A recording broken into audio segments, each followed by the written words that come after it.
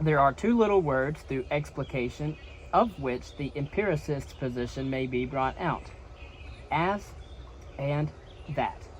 We may express this presupposition by saying that things are what they are experienced as being, or that to give a just account of anything is to tell what that thing is experienced to be.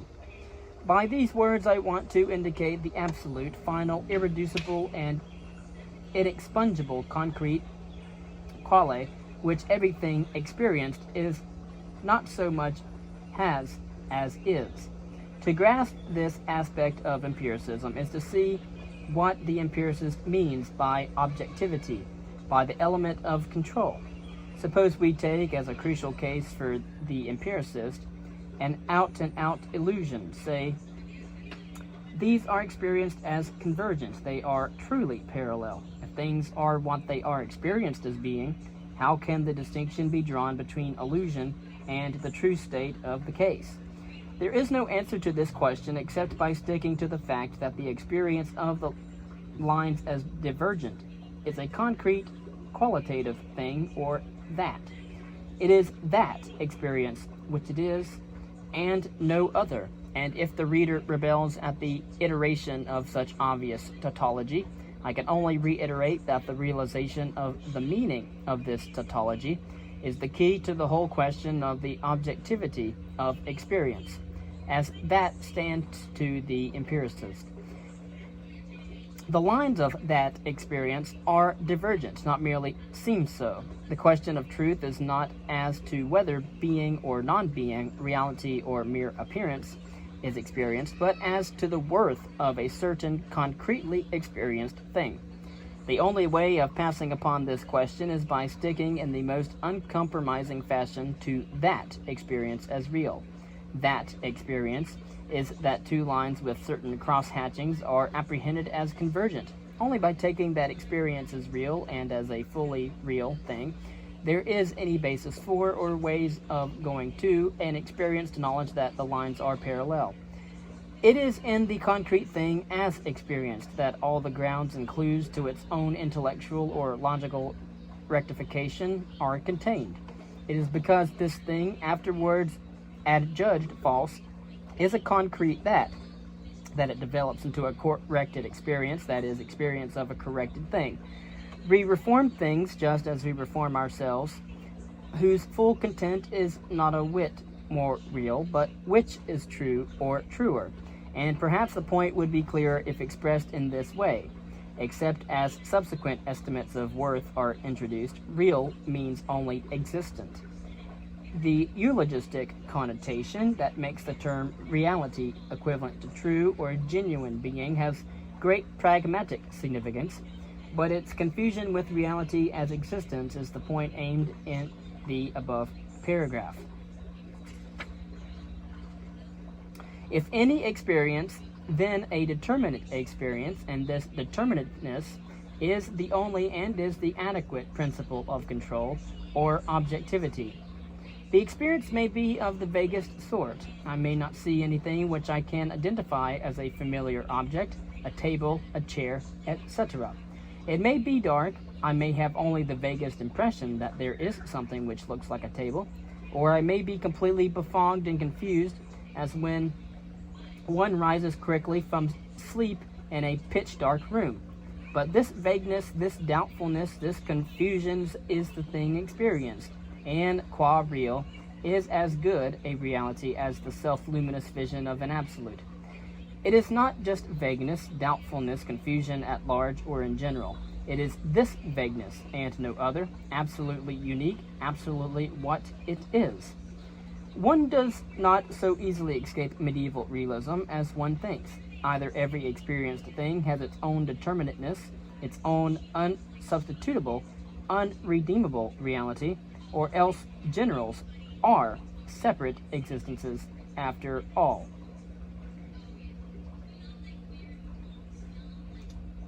Whatever gain in clearness, in fullness, in trueness of content is experienced must grow out of some element in the experience of this experienced as what it is.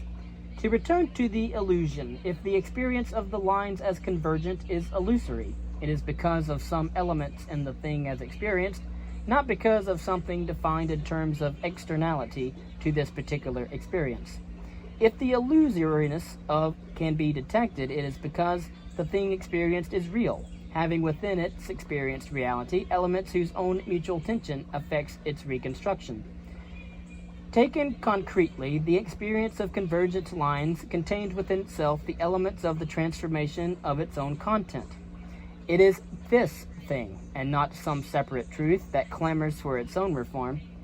There is then, from the empiricist's point of view, no need to search for some aboriginal that to which all successive experiences are attached, and which is somehow thereby undergoing continuous change or mutability. Experience is always of that's, and the most comprehensive and inclusive experience of the universe that the philosopher himself or herself can obtain is the experience of a characteristic that. From the empiricist's point of view, this is as true of the exhaustive and complete insight of a hypothetical all-knower as of the vague blind experience of the awakened sleeper. As reals, they stand on the same level. As truths, the latter has by definition the better of it. But if this insight is in any way the truth of the blind awakening, it is because the latter has, in its own determinate quale, elements of real continuity with the former. It is ex hypothesis, transformable through a series of experienced reals without break of continuity, into the absolute thought experience. There is no need of logical manipulation to effect the transformation, or could any logical consideration affect it. If affected at all, it is just by immediate experiences, each of which is just as real, no more or no less, as either of the two terms being between which they lie. Such, at least, is the meaning of the empiricist's contention. So when he talks of experience, he does not mean some grandiose remote affair that is cast like a net around a succession of fleeting experiences. He does not mean an indefinite total, incomprehensive experience which somehow engirdles an endless flux. He means that things are what they are experienced to be, and that every experience is some thing. From the postulate of empiricism, then, or what is the same thing from a general consideration of the concept of experience, nothing can be deduced, not a single philosophical proposition. Excepting, of course, some negative ones, one could say that certain views are certainly not true, because by hypothesis they refer to non-entities, i.e. non-empiricals. But even here the empiricist must go slowly. From his own standpoint, even the most professedly transcendental statements are, after all, real as experiences, and hence negotiate some transaction with facts. For this reason, he or she cannot in theory reject them in toto, but has to show concretely how they arose and how they are to be corrected. In a word, his or her logical relationship to statements that profess to relate to things in themselves, unknowables, inexperienced substances, etc., is precisely that of the psychologist. The reader may here hence conclude that all this just comes to the truism that experience, or what it is, or is what it is. If one attempts to draw conclusions from the bare concept of experience, the reader is quite right. But the real significance of the principle is that of a method of philosophical analysis, a method identical in kind, but differing in problem and hence in operation, with that of the scientist. If you wish to find out what subjective, objective, physical, mental, cosmic, psychic, cause, substance, purpose, activity, evil, being, quality, or any philosophical term, in short, means, go to experience and see what the thing is experienced as. Such a method is not spectacular. It permits of no offhand demonstrations of God, freedom, immortality, nor of the exclusive reality of matter, or ideas or consciousness, etc. But it supplies a way of telling what all these terms mean. It may seem insignificant or chillingly disappointing, but upon only a condition that it be not worked. Philosophic conceptions have, I believe, outlived their usefulness considered as stimulants or to emotion, or as a species of sanctions, and a larger, more fruitful, and more valuable career awaits them considered as specifically experienced meanings. Note the reception of this essay proved that I was unreasonably sanguine in thinking that the footnote of warning appended to the title would forfend radical misapprehension.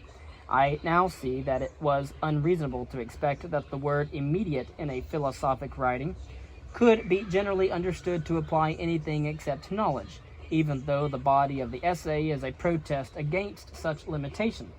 But I venture to repeat that the essay is not a denial of the necessity of mediation or the reflection in knowledge, but as an assertion that the inferential factor must exist, or must occur, and that all existence is direct and vital, so that philosophy can pass upon its nature, as upon the nature of all the rest of its subject matter, only by first ascertaining what it exists or occurs as.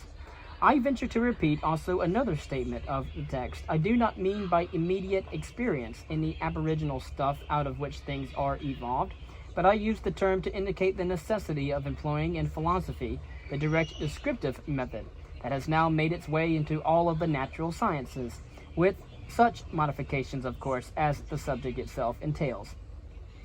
There is nothing in the text to imply that things exist in experience anatomically or in isolation.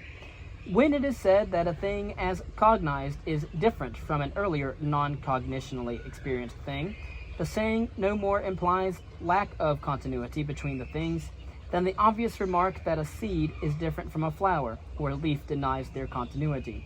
The amount and kind of continuity or discreteness that exists is to be discovered by recurring to what actually occurs in experience. And finally, there is nothing in the text that denies the existence of things temporarily prior to human experiencing of them. Indeed, I should think it fairly obvious that we experience most things as temporally prior to our experiencing of them. The import of the article is to the effect that we are not entitled to draw philosophic, as distinct from scientific, conclusions as to the meaning of prior temporal existence until we have ascertained what it is to experience a thing as past. These 4 disclaimers cover, I think, all the misapprehensions disclosed in the 4 or 5 controversial articles noted below, that of the original essay evoked.